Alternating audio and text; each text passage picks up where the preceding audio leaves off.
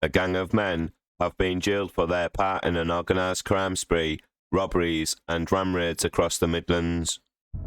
Shops were destroyed and staff were terrorised as the gang struck during the first half of 2020, but now they are beginning sentences of up to 18 years in prison each after a major investigation by detectives unmasked them. West Midlands Police said the spree started on January the 6th, 2020, when the group drove to Stoke-on-Trent in a cloned car and stole 2 Audis before driving all 3 back to the West Midlands. The following day, they used one of the Audis to raid a subway branch on Parsonage Street, West Bromwich, where they stole a safe and ripped out the CCTV system. Hours later, they smashed a hole in the side of a garage on Penn Road in Wolverhampton, ransacking an office and stealing tools, before moving on to a money transfer shop on Tividale Road in Tipton. They ripped open a roller shutter at the shop and tried to remove a safe, but they were disturbed by officers and fled. The gang spree continued for months and included an armed robbery at a shop on Castle Road, West Oldbury, a failed attempt to force open a cash machine at a shop on Washwood Heath Road in Birmingham, a raid on a shop on Tividale Road, Milken Bank, Dudley, where they blew up a cash machine using gas but failed to get the money, a burglary at Cannock Hospital, a ram raid at a shop on Lichfield Road in Walsall Wood. On March the 6th, the group went on to strike at a shop on Warstones Lane, Wolverhampton, trying to drag a cash machine from the shop but failing when the strap snapped. On April the 25th, police tried to stop a van carrying one of the gang, Mark Lake, but he performed a U-turn and drove the wrong way up Junction 7 Slip Road on the M6 before rejoining the motorway on the wrong side of the road.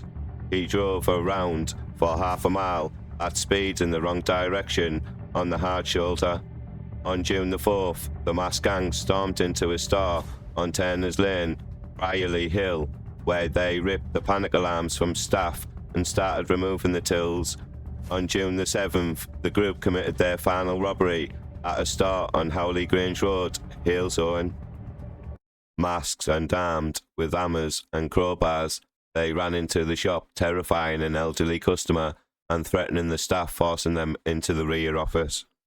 They smashed and took tills. They demanded access to the safe, but failed to get in. Officers moved in 4 days later when the 3 men, Mark Lake, Darren Fitzpatrick and Nicholas Collins, were travelling together in a red van bearing cloned number plates in the Oldbury area. Driver Collins rammed officers to get away, but officers were able to bring the pursuit to a safe end. Collins was tasered as he tried to flee, while Lake was pinned by his hip in the damaged vehicle. Fitzpatrick was found in the rear partition of the van.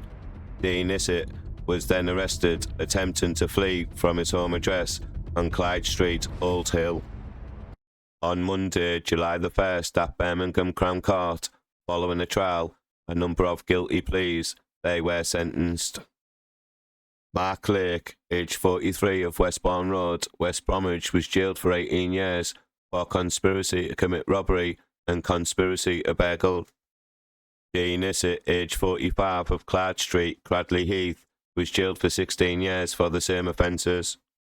Darren Fitzpatrick, aged 38, of Trafalgar Court, Tividale, was jailed for 13 years for the same offences.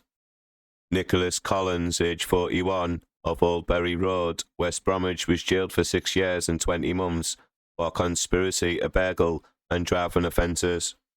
A 5th man, John Williamson, aged 42, of Queen's Road, Smethwick, was jailed for 21-month jail sentence, suspended for 2 years for conspiracy to burgle. DC John Marsh of the Major Crime Unit said this was a prolonged series of really serious offending which saw innocent members of the public terrorised in their workplaces as this gang used force to steal from shops and businesses around the region. The CCTV released shows just how ruthless and reckless they were. This was not a case with a lone piece of damning evidence, but rather the cumulative effect of many smaller pieces of evidence collected during a detailed investigation.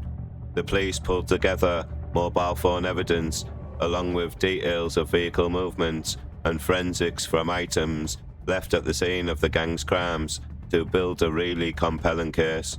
Please like this video, please comment, and don't forget to subscribe to my YouTube channel. Thank you.